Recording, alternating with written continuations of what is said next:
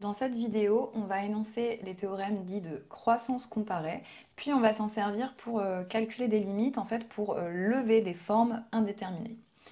On considère alpha, bêta et gamma trois réels, attention, strictement positifs.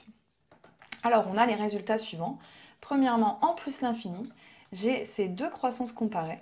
X puissance alpha sur exponentielle bêta x, ça tend vers 0 quand x tend vers plus l'infini. Et également, log de x puissance bêta sur x puissance alpha, ça tend vers 0 quand x tend vers plus l'infini. Si je regarde, en fait, normalement, j'ai une forme indéterminée. Ici, comme alpha est strictement positif, ça tend vers plus l'infini. Et ici, comme bêta est strictement positif, ça tend vers plus l'infini. De même pour l'autre résultat, ici comme bêta est strictement positif, normalement j'ai quelque chose qui tend vers plus l'infini, et ici également j'ai quelque chose qui tend vers plus l'infini. Donc là j'ai normalement deux formes indéterminées, l'infini sur l'infini, et en fait ce que nous dit le théorème, c'est que finalement quand je fais le rapport de ces deux fonctions, des deux fonctions qui sont croissantes et qui tendent chacune vers plus l'infini en plus l'infini, eh bien le rapport c'est 0, c'est-à-dire qu'il y a un terme qui est prépondérant, enfin un facteur qui est prépondérant devant l'autre, qui l'emporte et qui fait que le rapport s'attend vers 0. Donc ici dans la première, le terme prépondérant, la fonction qui est prépondérante, c'est exponentielle bêta x, ce qui fait que quand je fais le rapport, c'est lui qui l'emporte, donc ça tend vers 0. Dans la deuxième, en fait, ce qui est prépondérant, c'est x puissance alpha.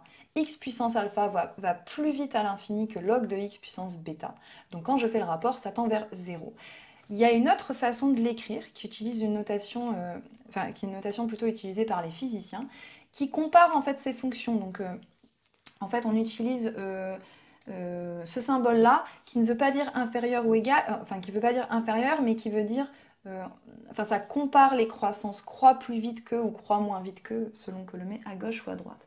Donc là ce qu'on a vu c'est que log de x puissance bêta, eh bien ça croît moins vite que x puissance alpha, qui croît moins vite également que exponentielle de gamma x. C'est les exponentielles qui ont les croissances les plus rapides, vers plus l'infini, puis les fonctions puissance, puis les fonctions logarithmes. Et enfin, on peut aussi dire que ça croît plus vite que la fonction constante égale à 1. Quand je fais le rapport, 1 sur log de x puissance bêta, ça tend bien vers 0. De toute façon, elle tend vers plus l'infini, elle tend vers 1. Donc bien sûr, log de x a une croissance plus rapide. Ok, donc ça c'est pour les croissances comparées en plus l'infini. Maintenant, on a un autre résultat en 0 qui nous dit que x puissance alpha fois valeur absolue de log de x puissance bêta tend vers 0 quand x tend vers 0. Alors normalement, on a aussi ici une forme indéterminée puisque ceci tend vers 0 quand x tend vers 0, puisque alpha est strictement positif. Et ceci, alors attention, je vous rappelle que par définition, c'est exponentielle de bêta log de valeur absolue de log de x. Donc on comprend pourquoi on a mis ces valeurs absolues ici autour du log, puisqu'il faut que ce soit strictement positif pour que ce soit bien défini. Ok, donc quand x tend vers 0 plus, là, mon log tend vers moins l'infini, donc en valeur absolue, ça tend vers plus l'infini. Quand je compose par le log, ça tend vers plus l'infini.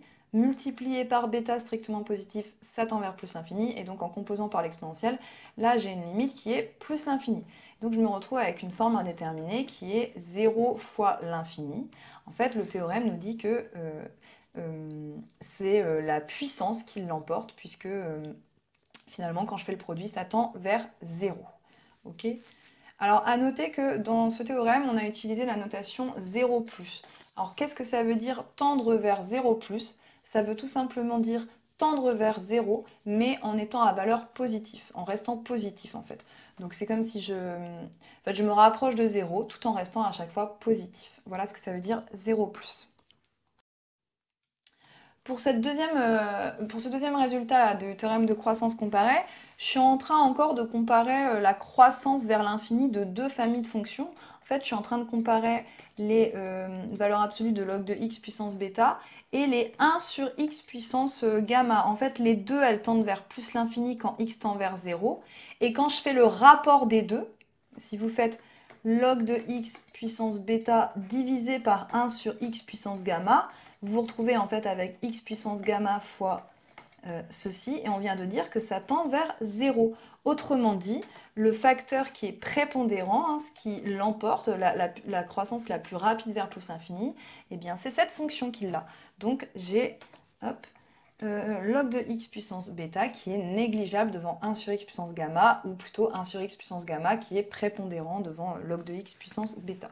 Alors on peut aussi dire que ceci, ça croît plus vite que la fonction constante égale à 1, puisque, encore une fois, ça tend vers l'infini, ça tend vers 1, et qui elle-même l'emporte sur x puissance alpha, tout simplement parce que ceci tend vers 0, quand x tend vers 0.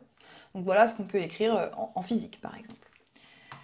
On va pas faire la démo, mais on va juste dire d'où ça vient. En fait, la démo, elle utilise l'inégalité de convexité log de x plus petit que x, qu'on va appliquer à x égale y puissance alpha en choisissant bien le alpha. Et l'idée, en fait, c'est d'encadrer à chaque fois, ici, d'avoir un encadrement de nos rapports et d'utiliser un théorème d'encadrement pour dire que la limite, c'est 0. Alors, petite remarque, quand j'ai regardé en 0, il n'y a pas d'exponentielle, on ne compare pas les exponentielles. Eh bien, c'est tout simplement parce qu'il n'y a pas de problème, il n'y a pas exponentielle de gamma x. Quand x tend vers 0, ça tend vers 1, quelle que soit la valeur de gamma. Donc, il n'y a pas de forme indéterminée avec des exponentielles, en fait. Ok, donc maintenant qu'on a vu ces théorèmes de croissance comparée, vous pouvez les utiliser. À chaque fois que vous les utiliserez dans la pratique, il faudra bien citer le théorème, c'est-à-dire dire par croissance comparée. On va, avant de passer à des exemples, voir ensemble plutôt, la méthodologie sur les calculs de limites. Alors, premièrement, ce qu'il faut commencer par faire quand vous devez calculer des limites, c'est regarder chacun des composants de l'expression et regarder les limites. Parce que bien souvent, il n'y a pas d'indétermination, il n'y a pas de problème. Les élèves commencent à factoriser, etc. Alors qu'en fait, par opération, on peut trouver la limite. Donc faites bien attention à ça, on commence par regarder ce qui se passe. Ensuite, s'il y a un problème, seulement s'il y a un problème, déjà ce qu'on va faire, c'est se ramener à l'étude au voisinage de 0 ou de plus l'infini. Par exemple, si vous avez une limite à déterminer quand x tend vers moins l'infini, eh bien on peut faire le changement de variable t égale moins x, de sorte à se retrouver avec t qui tend vers plus l'infini. Puisque quand x tend vers moins l'infini, moins x tend vers plus l'infini. Donc on se ramène à une limite à déterminer en plus l'infini en faisant ce changement de variable. Pareil, si x tend vers 3, on va essayer de se ramener en 0. On va poser x égale 3 plus t, autrement dit t égale x moins 3, de sorte à ce que t tende vers 0 quand x tend vers 3. Et comme ça, on se ramène à une étude en 0. Donc voilà pour le deuxième point. Ensuite, troisième point, en cas de problème dans une somme, eh bien on va factoriser par le terme prépondérant. Alors encore faut-il savoir le reconnaître. Donc pour cela, c'est les théorèmes de croissance comparée qui vous donnent la réponse. On a dit que les exponentielles, c'était les choses qui prédominaient devant les fonctions puissances, elles-mêmes qui sont prépondérantes devant les fonctions logarithmes. Okay, donc voilà comment on va faire. On va factoriser par le terme prépondérant en le repérant. Et dans le cas d'un quotient, ce qu'il faut faire, c'est factoriser en haut et en bas par le terme prépondérant. Ok ? Dernière chose importante, c'est ne jamais écrire aucun lim. Ok ? On va utiliser tout le temps, la notation flèche, donc quand x tend vers 1. Ça tend vers. Alors pourquoi je vous demande d'arrêter d'utiliser la notation lim? Parce qu'elle sert à rien. Finalement, on peut s'en sortir toujours avec des flèches. Et surtout, souvent, en fait, vous n'avez le droit de l'utiliser qu'une fois que vous avez prouvé l'existence de cette limite. Donc bien souvent, il y a des erreurs de logique faites par les élèves quand on utilise la notation lim, qui utilisent cette notation avant même d'avoir prouvé l'existence d'une limite. Donc surtout quand vous devez calculer une limite, ne vous lancez pas dans des calculs en notant lim, etc. D'abord, on transforme l'expression qu'on a afin de lever l'indétermination, s'il y a une indétermination. Puis après, on passe à la limite en utilisant ce symbole uniquement, le symbole flèche. On va voir tout de suite deux exemples. On va regarder comment faire en reprenant cette méthodologie. Premier exemple. Étudier l'éventuelle limite lorsque x tend vers plus l'infini de f de x, donc qui est défini comme un quotient, 4 exponentielle x moins 3 x4 plus 1, le tout sur log de x plus 5x carré. Donc surtout, ne commencez pas par écrire limite de f de x égale, puisque on ne sait pas si elle existe. Premièrement, on a dit on va commencer par regarder ce qui se passe. Regarder le numérateur et le dénominateur. Alors au numérateur, on a ça qui tend vers plus l'infini. On a ça qui tend vers plus l'infini et on a ça qui tend vers 1. Donc là, j'ai une forme indéterminée puisque j'ai l'infini moins l'infini. On va lever cette indéterminée en mettant en facteur le terme prépondérant qui est ici, d'après les théorèmes de croissance comparée, 4 exponentielle x.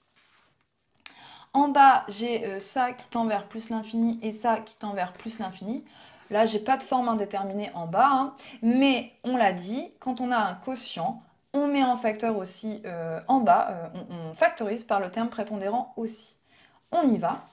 Alors, donc on va travailler sur l'expression en mettant en facteur en haut et en bas par le terme prépondérant.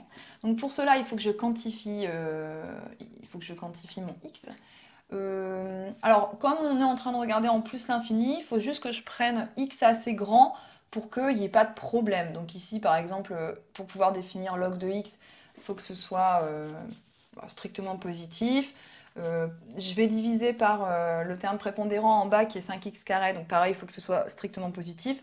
Donc je pourrais dire pour tout x strictement positif, ou alors je peux carrément dire pour tout x supérieur ou égal à 1 ou à 2, peu importe. Il faut juste que je prenne x suffisamment grand pour qu'il n'y ait pas de problème, pour que je puisse faire les calculs que je vais faire. Et pourquoi je peux prendre n'importe quoi? Parce que, encore une fois, je regarde la limite quand x tend vers plus l'infini. Donc je pourrais même dire pour tout x plus grand que 1000, ce serait pas faux, et comme c'est pour une détermination de limite en plus l'infini, eh bien ça marche.